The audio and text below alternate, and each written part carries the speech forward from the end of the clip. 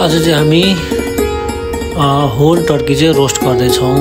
हिजो चाहिँ यो क्रिस्चियनहरूको चाहिँ इस्टर के भन्दो रहेछ नि त होइन, इस्टर त्यो थियो। अनि टर्की चाहिँ खाने भन्ने कुरो भयो।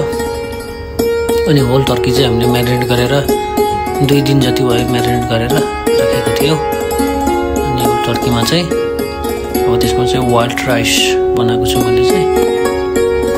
त्योभित्र वाइल्ड राइस राखेर चाहिँ यसलाई रोस्ट गर्छौँ है त। यसको चाहिँ मेन इम्पोर्टेन्ट भनेको चाहिँ अब म्यारिनेट गर्दाखेरि चाहिँ तपाईँले के हाल्ने भन्ने कुरो हो है। टर्की म्यारिनेट गर्दाखेरि आफ्नो तरिका हुनसक्छ।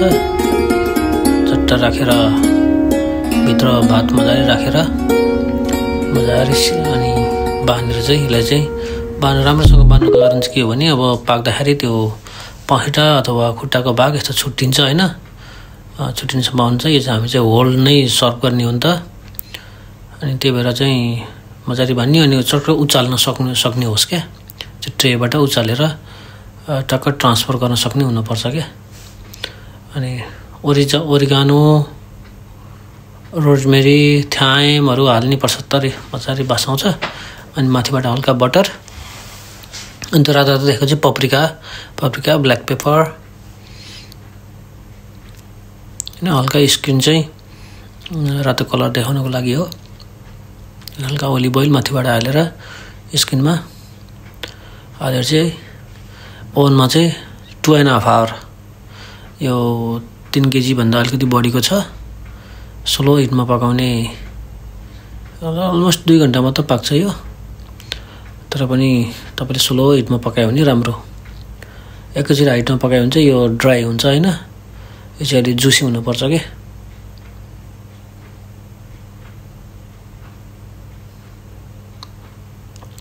बस यसरी चाहिँ एकछिन राख्ने, त्यसपछि निकालेर चाहिँ यसलाई फेरि कभर गर्ने र 2 घन्टा मजाले पाक्न दिने।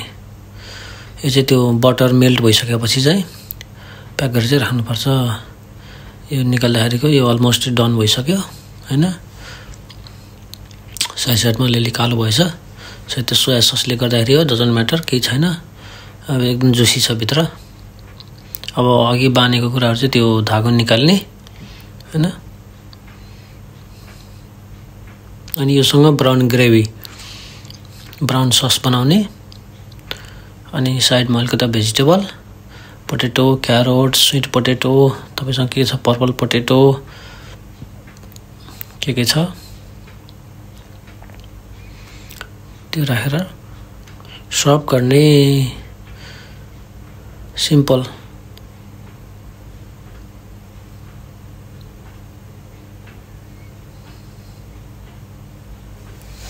ओके गाइस, जस्तो हो रोस्टेड टर्की।